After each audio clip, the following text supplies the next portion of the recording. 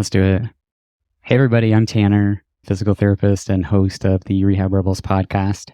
I am here with Jaisa Sulit.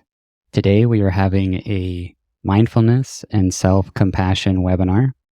Jaisa has prepared a slideshow for us and really looking forward to hearing what she has to share. So let's dive in. Hi, everybody. I am going to just quickly start with a brief recap of how I got here to sharing this work of mindful self-compassion.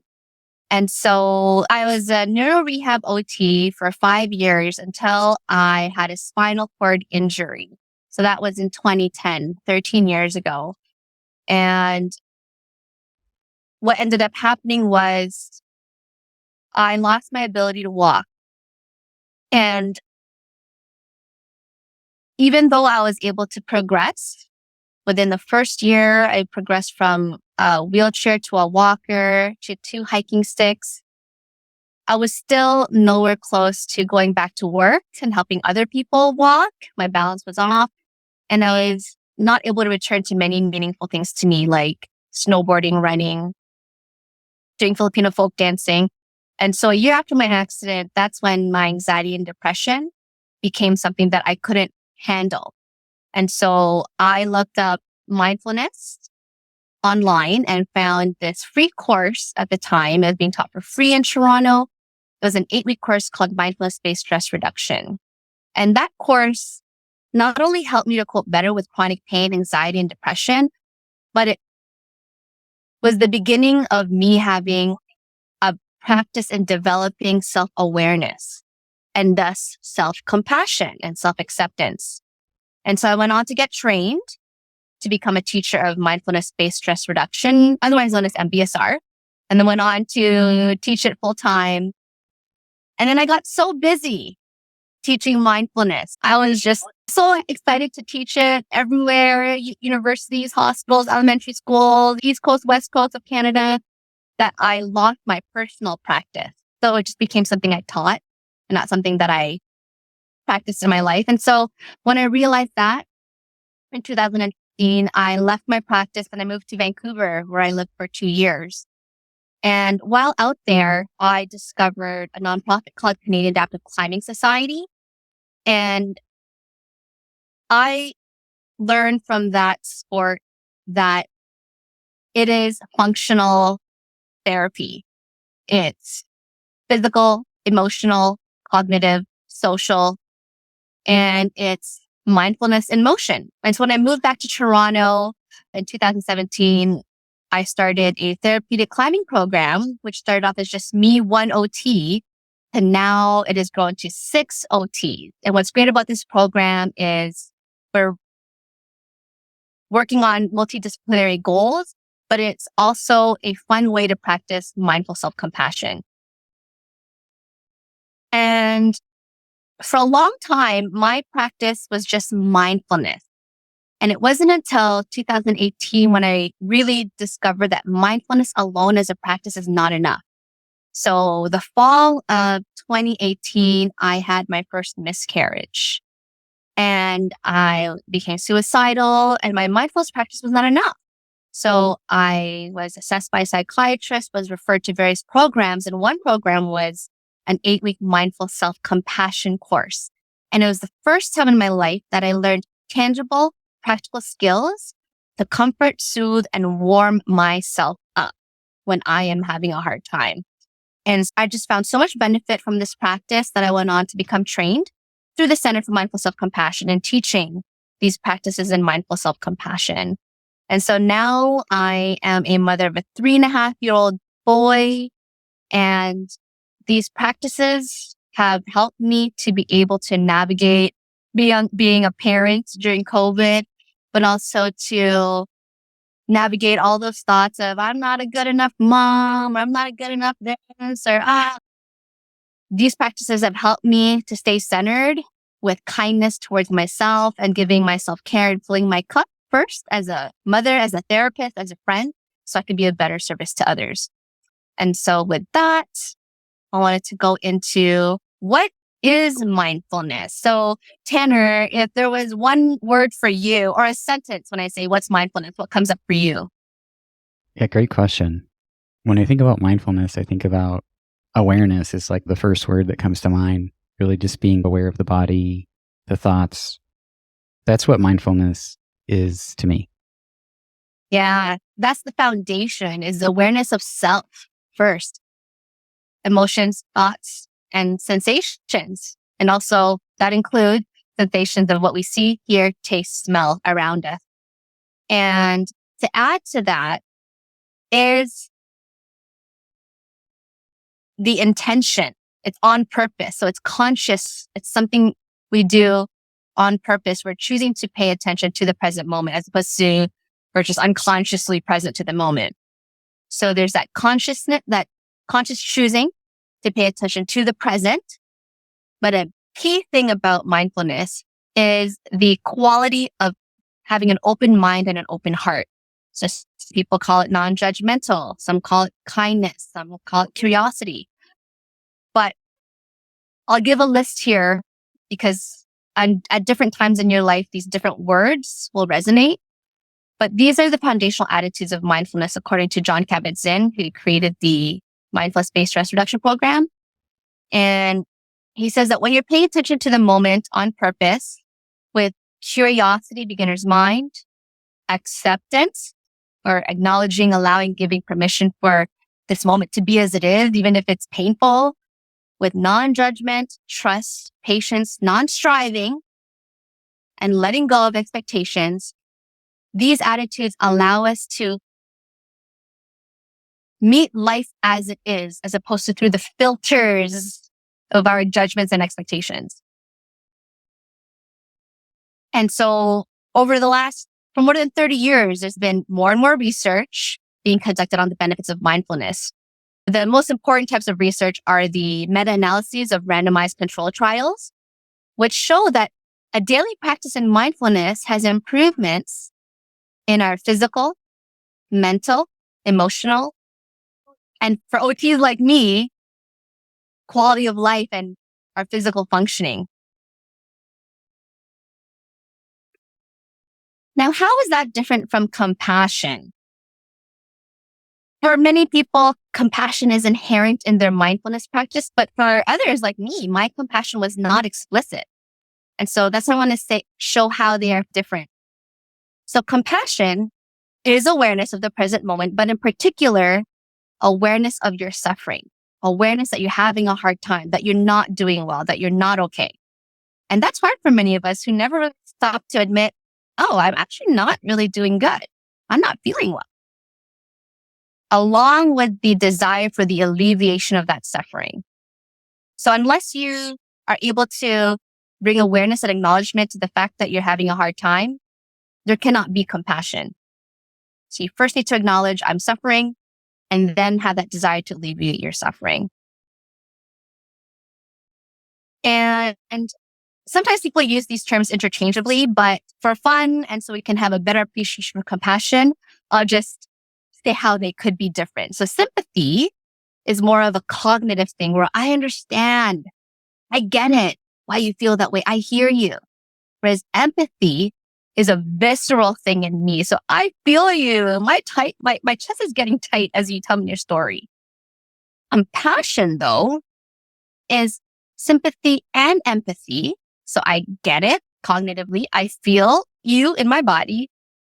In addition to my ability to hold myself, to hold my discomfort in my body, and hold you and your experiences.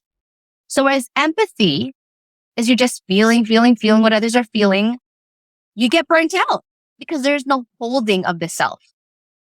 So with compassion, there is the holding of yourself, tending to your nervous system, regulating it, so that there is no burnout. So there's no such thing as compassion fatigue.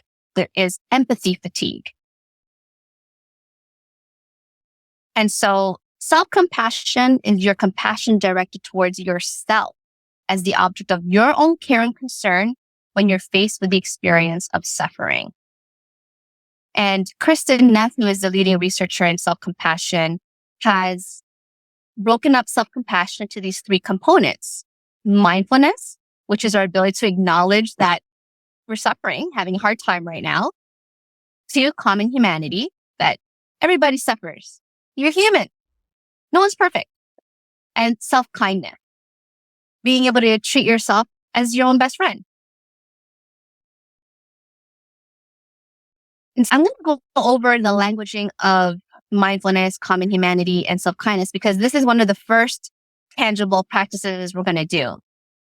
So a lot of us don't have this vocabulary for acknowledging suffering, but it could just sound like, I'm not okay. I'm struggling. I'm having a hard time. This hurts. Ouch. I'm having a hard moment. I'm overwhelmed. And that's hard for people who only are able to say, I'm good. I'm good. I got it. Being able to remind yourself, I'm human. I'm the only one who feels this way and experiences this. I'm not alone. I'm normal. Others are just like me. We all struggle. It's so important for us to have the words to remind ourselves this when you're alone and feeling challenged. And then there's the languaging of self-kindness. Talking to yourself, again, like your own best friend. May I be kind to myself? May I accept myself, forgive myself, trust myself? May I give myself what I need? And you'll notice they all start with may I. And the reason why is because research has found that if we're always using affirmations, like I am kind to myself, I am prioritizing my needs, but you're really not, then it actually leads to further depression because you're feeling quite fake about things. And so that's why affirmations are affirmations. You only use it when you're feeling, you're affirming what you're feeling.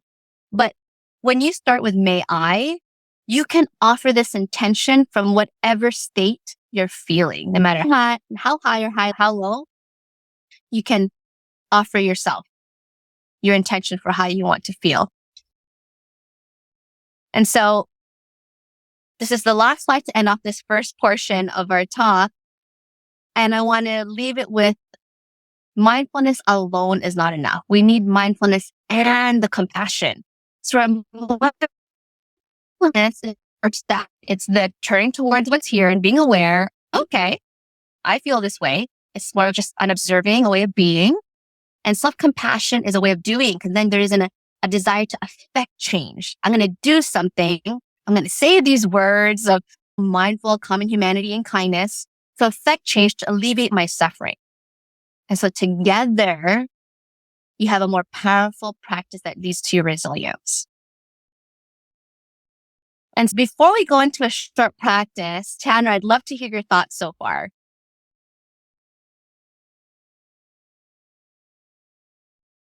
Yeah, I love all this.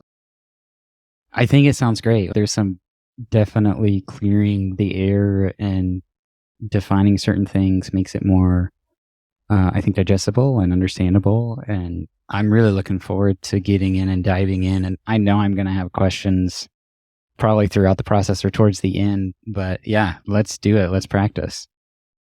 Okay. So this first practice is going to be an opportunity to experience any slight differences between a body scan and awareness of breath with just mindfulness versus with the intention of compassion. And so whether your eyes are open or closed, it doesn't matter because you can do this anytime, anywhere, even if you're going for a run or waiting in an elevator or driving your car, you can bring awareness to your body. And so with the intention of being mindful, non-judgmental, accepting, and curious, we're going to scan the body from head to toe, starting with your head, noticing any sensations that are there on your face, ears, your neck, shoulders, arms, hands, maybe a touch of clothing, hands warm or cold, scanning your chest and your belly.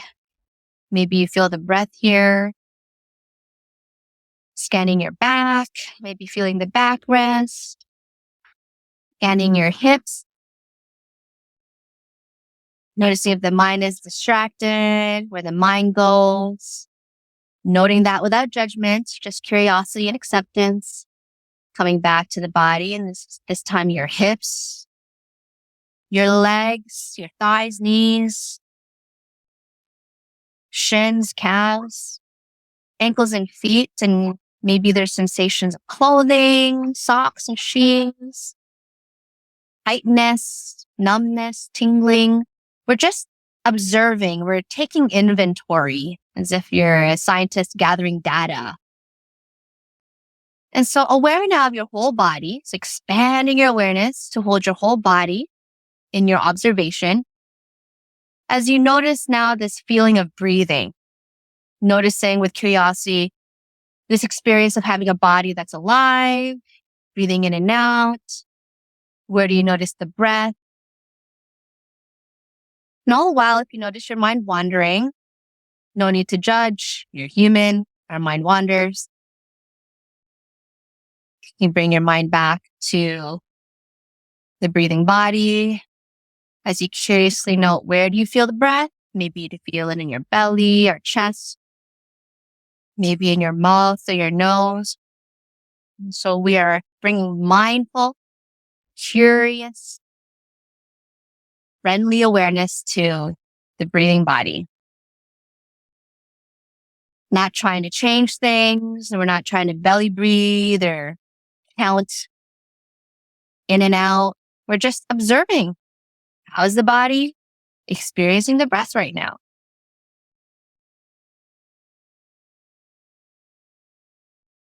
And so next we're going to move into a self-compassion practice. We're going to scan the body again, but this time with the acknowledgement that there may be some suffering in the body, maybe some emotions that are still in our tissues, or maybe some tightness and pain. And if at any point in time you might feel overwhelmed, please ignore me, open your eyes, anything to ground yourself, and then come back to this practice when you're ready. And so with that, we're going to come back to the head, and we're even going to say hello to our head, the scalp, the skin, your face, hair, ears. Same with the neck.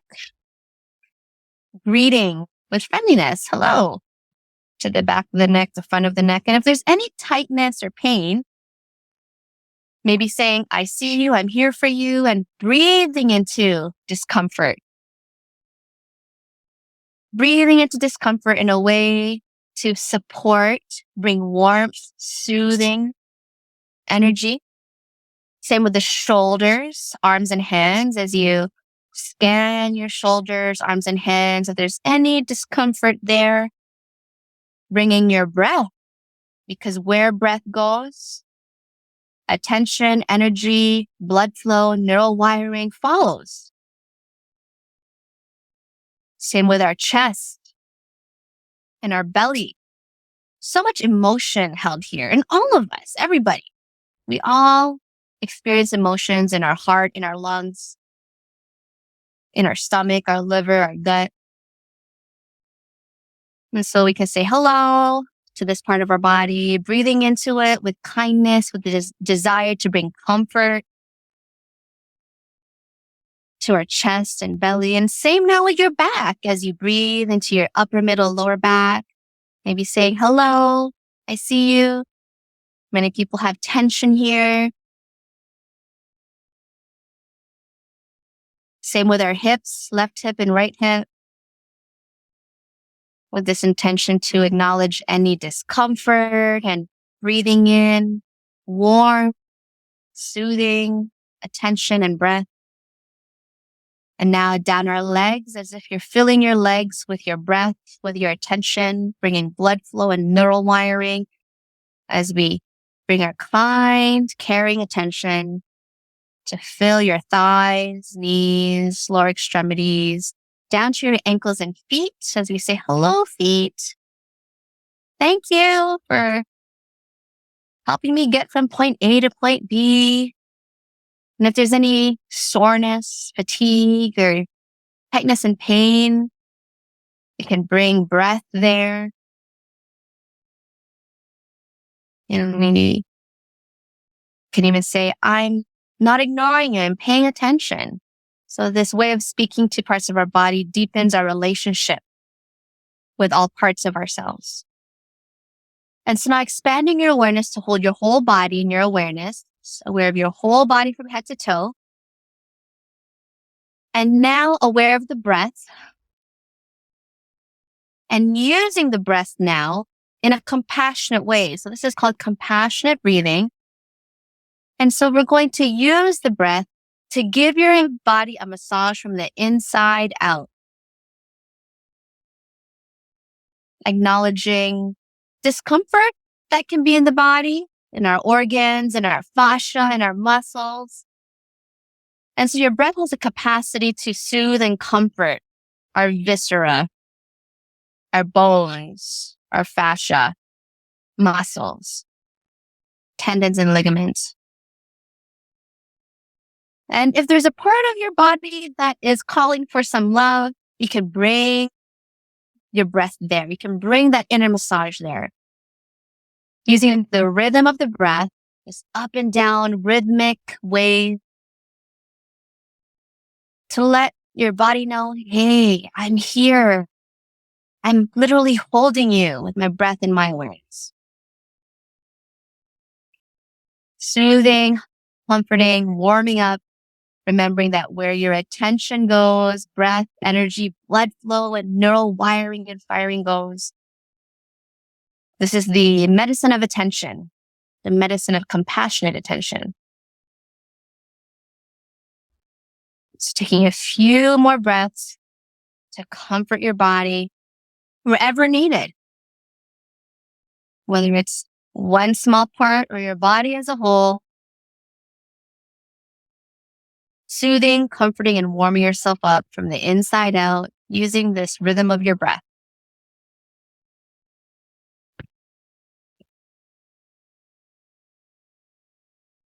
And we will end this practice with an invitation to give gratitude to your body and yourself, your conscious self, for taking time to do this practice.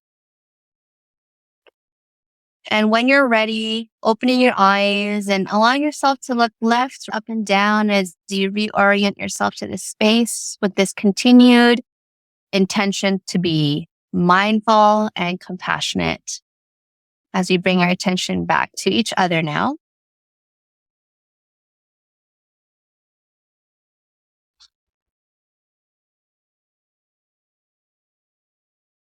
And if there is anything here for you to share, Tanner, I invite you to share. If not, that's okay. We honor what our needs are to share or to be silent. Yeah, definitely. Like through the scanning and breathing, notice some tightness, different kind of variations of tightness as we were going through it, and yeah, like really just doing my best to be aware and then compassionate about it and acknowledging it. And I did have a question. I was curious about if there's, let's say, there's a tightness or discomfort in the body. It, like when or how long should we maybe use our hands to support that area and comfort it versus taking our hands away and just in a relaxed position with our hands and then just focusing and then just doing more of kind of the breath massage, if you will, from the inside. Like, I don't know if there's a right or wrong there, but I was curious what your guidance was on that. Great question, because I think our needs will change all the time. Sometimes you might benefit just from the practice. Like for me personally, I do everything at once. So if I'm really hurting, let's say it's my feet, I'll do soothing touch and I'll massage it and I'll breathe into it and I'll speak to it.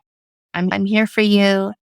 And I'll use phrases like I'm human. Of course I'm in pain. So I try to do everything at the same time, but there are times when I might only, I'm not in a position to be able to use, maybe I'm driving.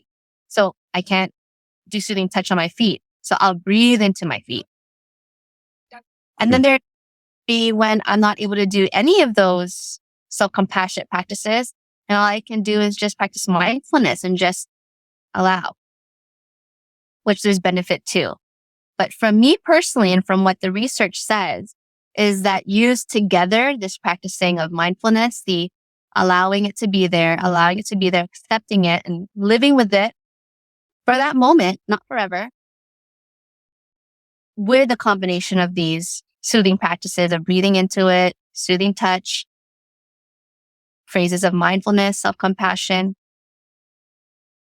together, that will be more powerful in regulating your nervous system and preventing that pain from increasing and maybe even turning down the notch from 5 out of 10 pain down to 4 out of 10.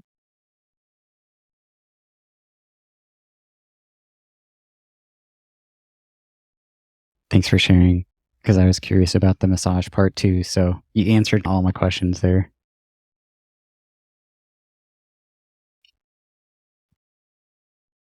So we will have another opportunity to practice more practices, but I'll move on now with a little bit of some research. But first, I thought it was very interesting to share how there are masculine and feminine, yin and yang feels to self-compassion, because a lot of people tend to just think of the yin, the slow down and the caring and nurturing, the motherly feminine. And so there is that, right? Because yin is the black part of the yin and yang. Yin is earth. It's like soil, wet and cold. It's receiving. It receives seeds. And so this yin compassion is what has us slowing down, receiving help, saying, yes, I need your help, to resting. Whereas the yang compassion, so that's like stars, sun, fiery, quick, fast, hot. This is the masculine. This is the providing protective energy. And so this is the energy in your life of compassion where you are setting boundaries, where you're saying, no, sorry, I cannot help you today. I don't have capacity. Or no, I'm not going to hang out with this person because they're just draining my energy. This is the energy of activism, of standing up and fighting when injustice is happening to you, your family, or community. And so I share this as a point of reflection on in your life where you might need more yin or more yang. And so now onto the research of self-compassion. Basically, why this is helping us is because these practices change our physiology. Yes, there's the component of regulating our nervous system from fight, flight, freeze to a place of rest and healing. But there's also the release of oxytocin, our feel-good hormones, and opiates, our free painkillers, just with the soothing touch, just with this visualizing and breathing in a massage with use of phrases. We are releasing these free chemicals that make us feel good physically and emotionally. And I'm just going to quickly go through these, what the research is finding. And we're seeing this daily practice of mindful self-compassion reduces these negative mind states and increases these positive mind states, as you can see here. Mindful self-compassion is linked to better outcomes for caregivers, improved coping and resilience. It's linked to healthier behaviors, like more exercise. It's linked to greater motivation, which is really cool because some people might think, oh, just because I'm being more kinder to myself doesn't mean that I'm not going to try as hard anymore because I'll love myself no matter what. No, it means that your goals are just as high, but you're not going to beat yourself up if you don't meet those goals. So there's less fear of failure. This practice is linked to more personal accountability. For example, great ability to take responsibility for mistakes. It's linked to other focused concern.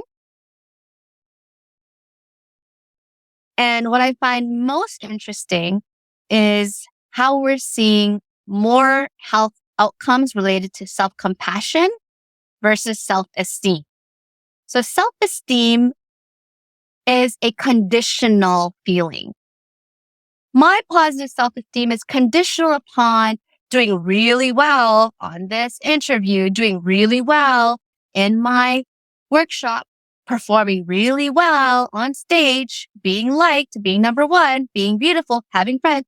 It's conditional. And so it's very shaky ground, and it leads to anxiety and depression because I'm anxious to make sure that I have all these conditions met. And then I get depressed when they're not met. Whereas self-compassion, unlike self-esteem, can be something you give and feel and experience unconditionally. There's no condition for your ability to give yourself compassion. As you can see, mindful self-compassion is not self-pitiful, doesn't make you weak, doesn't make you less motivated, and it is definitely not a selfish thing. It improves your capacity to serve your family, your clients, your community, the world. And so together, mindfulness and self-compassion is shown to be the greatest agents in brain change. And so before we practice, so this is our final practice for this session, Tanner, what's on your mind right now? Yeah, I love how this like weaves things, several concepts together. And if I could sum it up, to me, this is like loving yourself on a deeper level, or maybe from a new perspective, and I love that. I think it's great. That's on my mind. I love that. It is deeper. It is deeper. It's loving yourself more fully, all parts of yourself, because you're human and we all have dark parts of ourselves. We all have dark parts. There are dark corners of our being. And self-compassion allows us to hold everything with acceptance and kindness. And so with that, this next practice, we're going to have a chance to practice different soothing touch gestures along with the phrases that we talked about earlier, mindfulness, common humanity, and self-kindness. And so whether your eyes are open or closed, I invite you to set the intention to bring an awareness that is curious, non-judgmental, trusting, one that is open to acknowledge that you are human and so you got suffering like everyone else. And so we have a desire to comfort and soothe ourselves in this practice. And so breathing in and out to nourish those seeds of intention.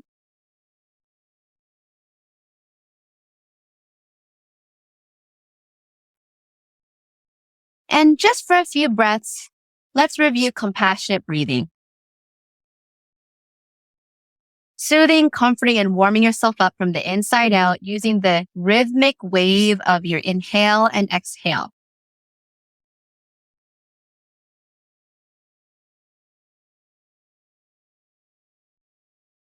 And we're going to explore various gestures. The first one is one hand on your chest or two hands on your chest.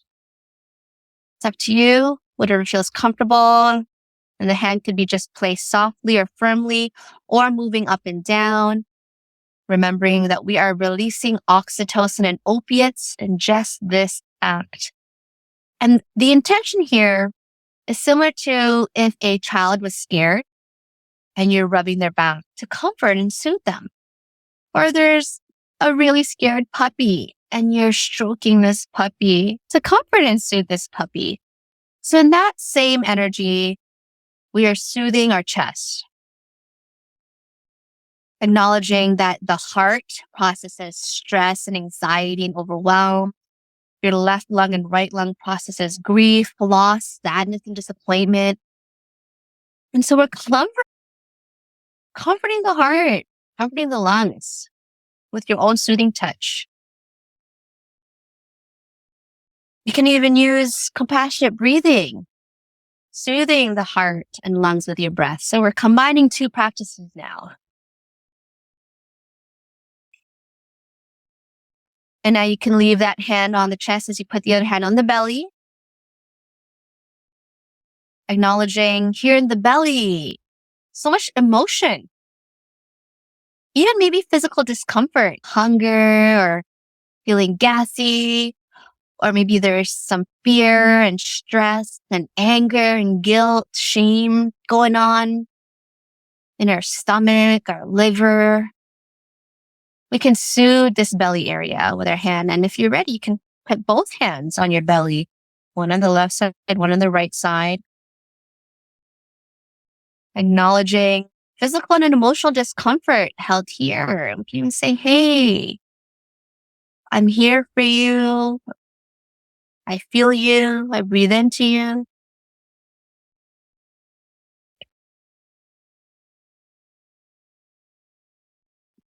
And then when you're ready, placing both hands on your jaw, left and right side of your jaw. And so we do this because a lot of us bite off more than we can chew.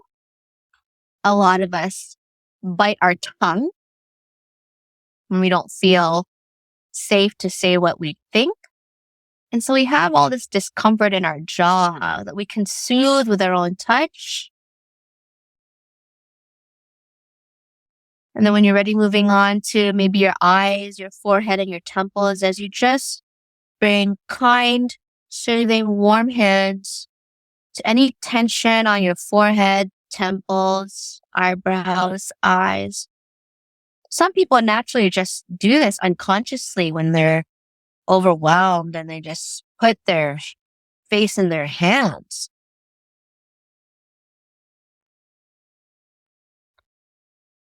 And then moving on to hand in hand, as if your hands were just freezing outside in the cold and you're indoors now and you're warming up, thawing some cold hands.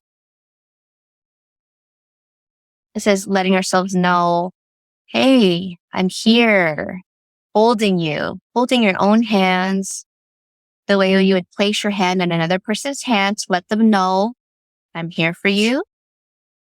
This act reminds our body that I am here for you, body, your own body.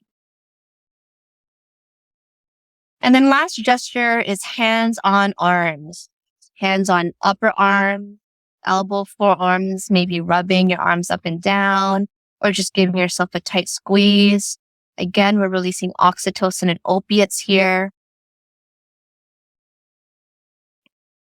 And if any of these feel uncomfortable, that's totally normal, especially when you're doing this for the first time. It will feel awkward.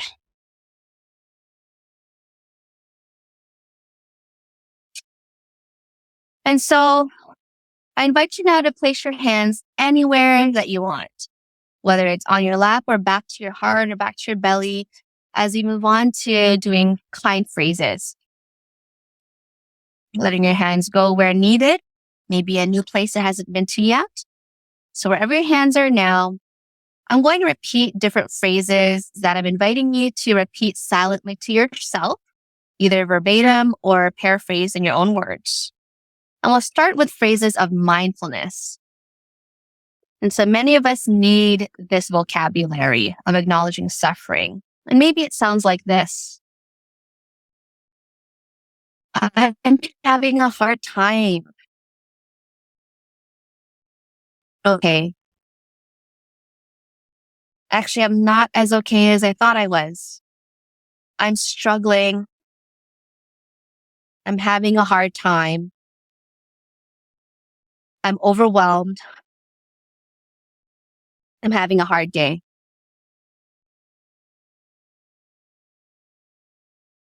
And as you say these words in your own words, you can continue receiving soothing touch, giving yourself that inner massage with compassionate breathing. This is our capacity to hold ourselves in our suffering with our breath, with our words, and with our literal touch. And now I'll offer phrases that remind us of our common humanity, saying silently to yourself, I'm human. All humans suffer. I'm not alone. I'm not the only one who experiences this. other people feel this too. Suffering is part of being human. I'm human. Continuing with soothing touch, if you wish, compassionate breathing as you receive these words of common humanity. And then finally moving on to phrases of kindness. As you silently repeat, may I accept myself as I am. May I trust myself more. May I forgive myself. May I give myself grace. May I give myself what I need. May I prioritize my needs better.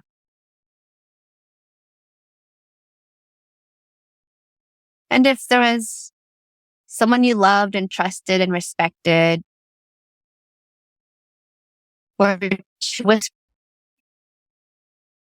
something into your ear right now, would they say?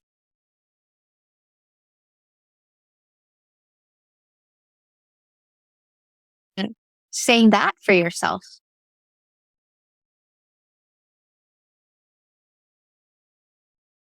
And so we end this practice again with gratitude, thanking yourself for taking this time to nourish your mind, body, and spirit, thanking your body for continuing to breathe on its own.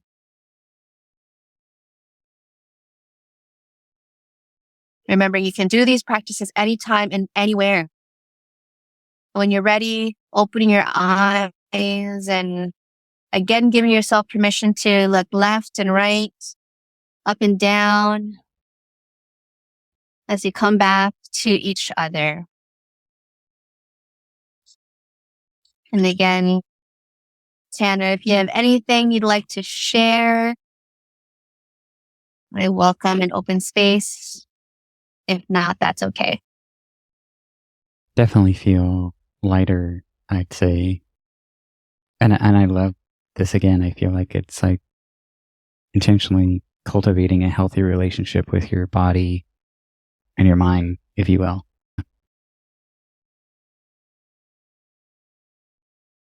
Thank you for that reminder that this is what we're doing. We're developing a relationship with our mind and body. And so what we're doing here is we're not trying to become meditators or make meditators out of our patients and clients. All we're doing is one, increasing our capacity to acknowledge when we're suffering. And two, to be able to respond with kindness and understanding. So that's what we did today. Mindfulness, acknowledging what's here. Oh, I'm having a hard time. And then soothing and comforting and warming ourselves up with the various practices. Viktor Frankl, who wrote Man's Search for Meaning, says, between stimulus and response, there's a space. And that stimulus could be uncomfortable emotion, bothersome thought, car who cuts you off on the road. Between that stimulus and your response, there's a space.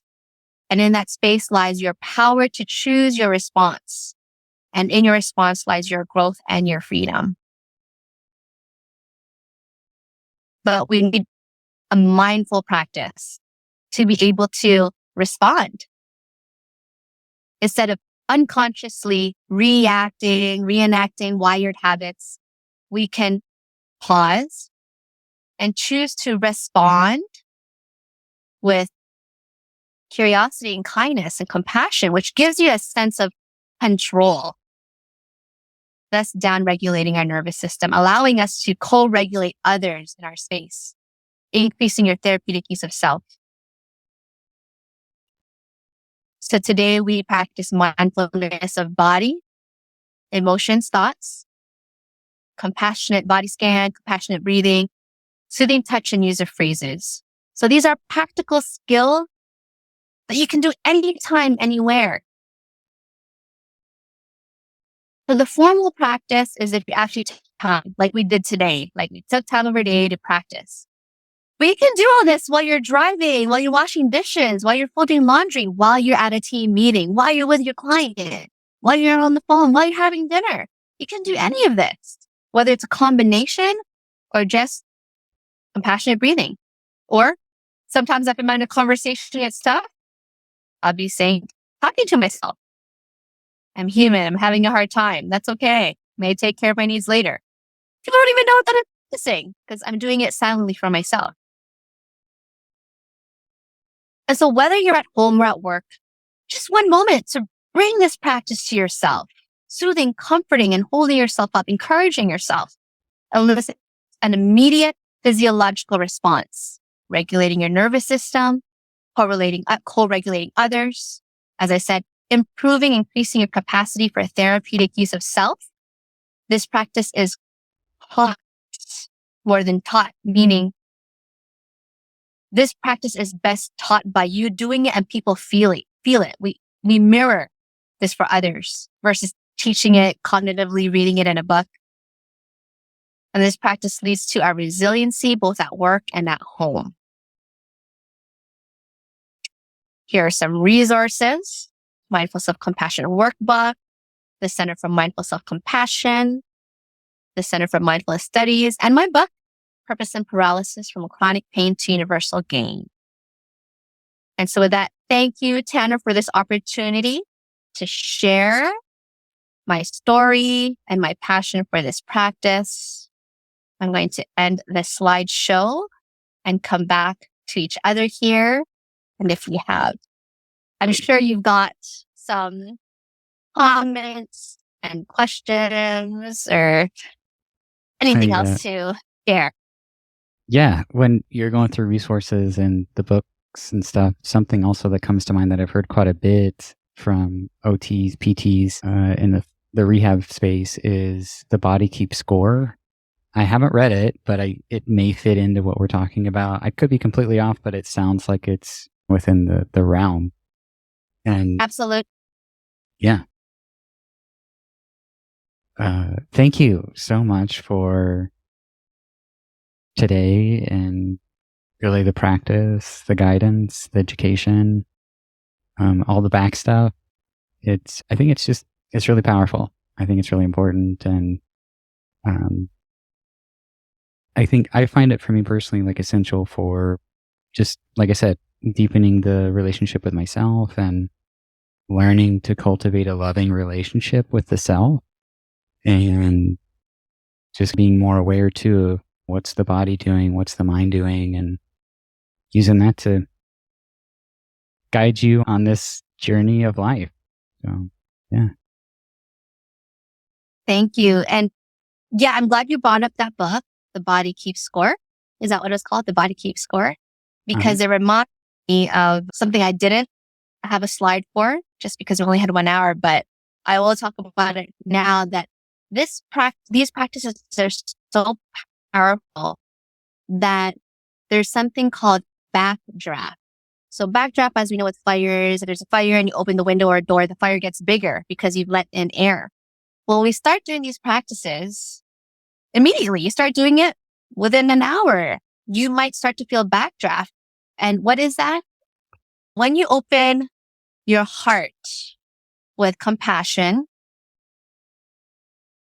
backdraft arises. Emotional pains that were not ready to be met, or there was no space for it, or there was no capacity for it to be met in the past.